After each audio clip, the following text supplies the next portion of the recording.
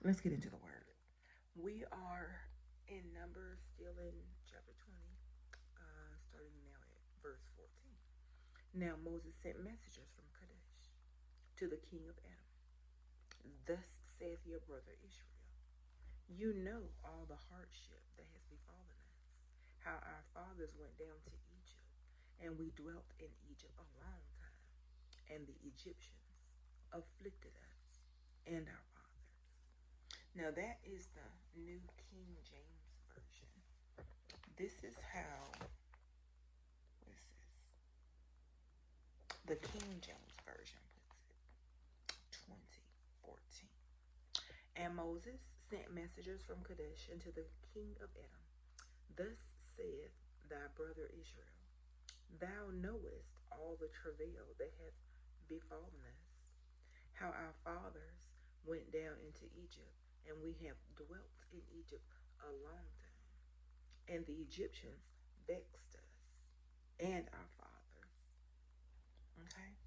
So that was 14 and 15 of Numbers 20.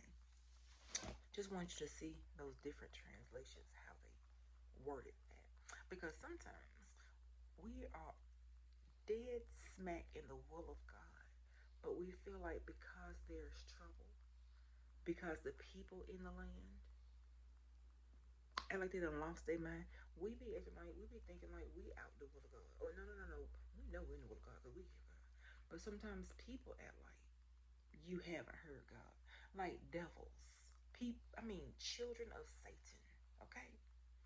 Will get up in your business and start treating you as if you aren't moving appropriately. And you be like, child, do you even know God? Do you know what spending time with God? Do you know what that means? Do you know what being led by God means? Do you understand what being surrendered to God means? Like, why you in my face? Why you bothering me? But see, people will think that they're fighting you. People won't have no idea they are fighting up against God. And they keep coming up against you, wondering why they can't defeat you. Clown, because you're not fighting me. You're fighting God. Whoever fights with God and wins. Who gonna box with God?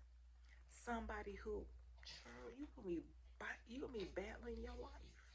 You gonna be surrendering your very life. He said, those who give up their lives for my sake will find it. But you're trying to hold on to your life and you're going to lose it. So you going to fight God.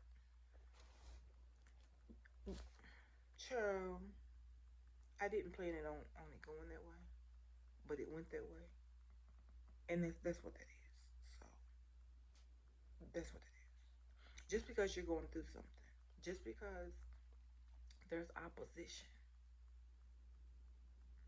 doesn't mean you missed the road. Doesn't mean you missed the detour. Doesn't mean you missed the exercise. It doesn't mean that you're wrong. Okay? Okay. So when God sends you out on an assignment, there's going to be conflict. That's just the part God didn't tell you about. Because if God told us everything that was going to happen, we wouldn't go. How about that?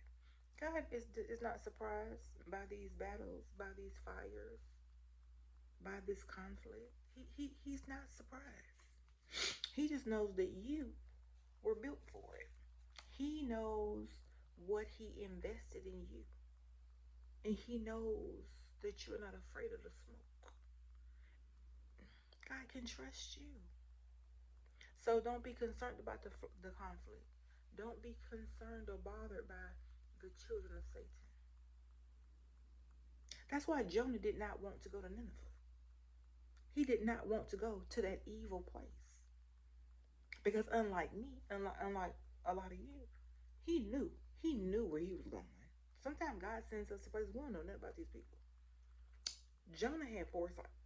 Something. He knew that Nineveh was a wicked place, and he did not want to go.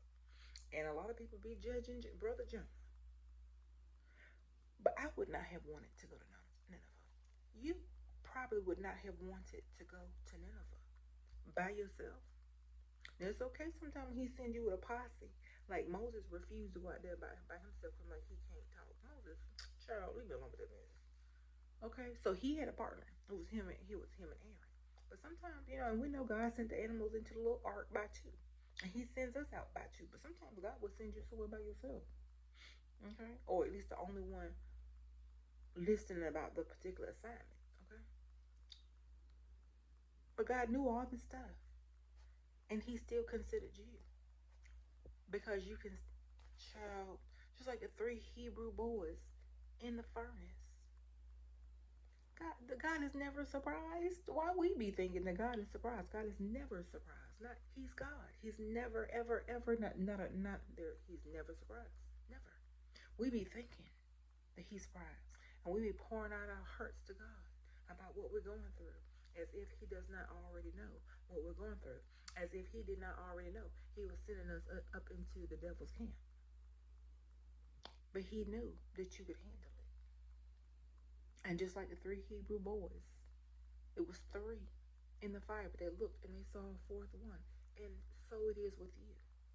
So it is with I. God is with us. The presence of the Lord. Who can deny Him? Who can defeat Him? Who can reject Him? I did not intend for this video to be what this video is, but this video is what it is. And I'll see you in another video.